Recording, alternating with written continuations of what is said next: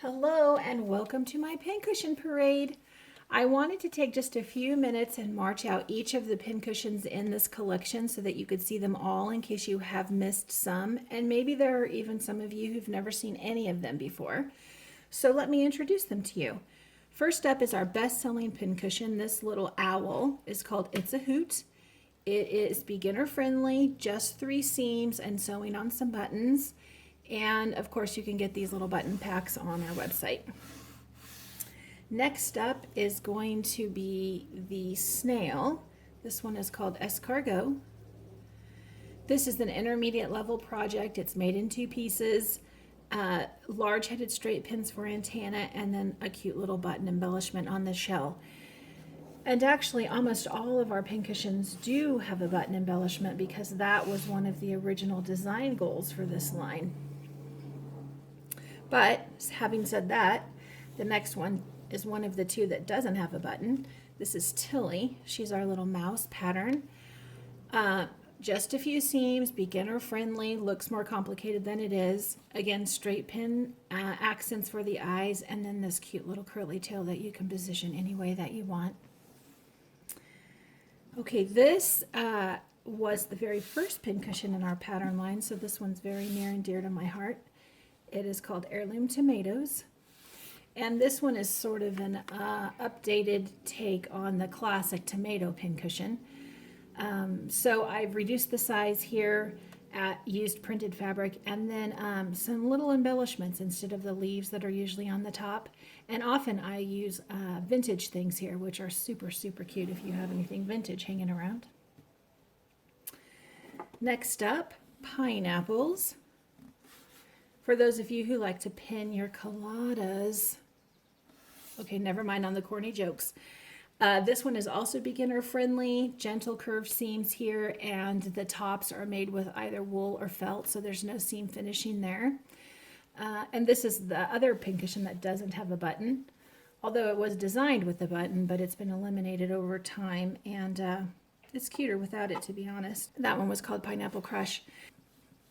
This one is spiced pears, and this one is definitely not beginner friendly. There are some tight curved seams here, so a solid intermediate skill level is needed for this, but if you have the skills to pull it off, it is super cute. I almost always make these ones in pink because I think they're just darling that way, but any color would be great. And if you're looking for an easier pumpkin, an easier pear, I have one coming up. Okay, this is our smallest pincushion in the line. This is called Little Acorns. It's just 1.5 inches tall. It's great for travel bags and travel projects.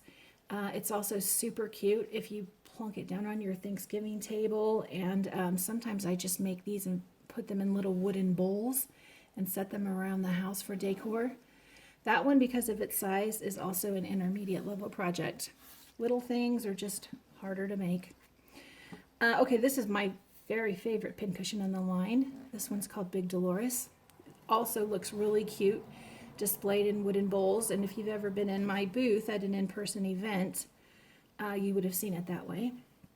So Big Dolores, this pattern got its name from a real pumpkin I grew in a giant pumpkin growing contest with my neighbor. She only weighed 90 pounds, but he couldn't get one to grow at all, so she was the winner.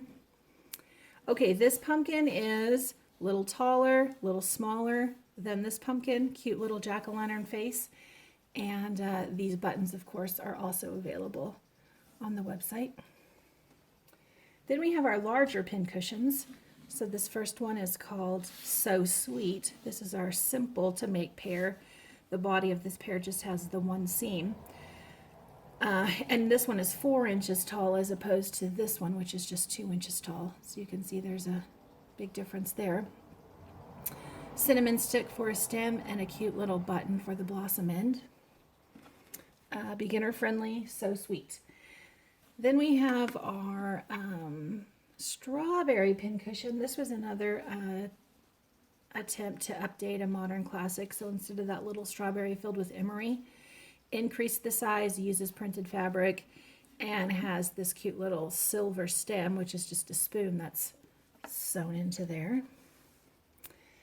And then last but not least is our largest pincushion. This one is called the Pocket Penny because it has all these pockets all the way around it to help keep all these little things that are always around your sewing machine and cutting table organized and out of your way. She's 5 inches across, 20 inches around, 6 full cups of walnut shells in this one, and then 5 pockets. So here we have tape measure, needle case, leather thimble, needle threaders, and a little pair of scissors. And if you're going to put scissors in here, I recommend something with a sheath because the point of the scissors will poke through your fabric and leave a hole, which you don't want. Okay, and all of our pincushions are stuffed with ground walnut shells. The reason I like these is because number one, it adds weight and body to these little pincushions, which is pretty important. You don't want these things just slip sliding around everywhere while you're trying to use them. But besides that, it doesn't leak out like sand. It doesn't attract mice and bugs like a rice or a bird seed will. It doesn't rust your pins like a fiber fill. And it's not super expensive like emery. So this is what we fill all of our pincushions with. And then the next video I'm going to make for you is about the 2 most common questions I get on how to make pincushions. So I'll see you there.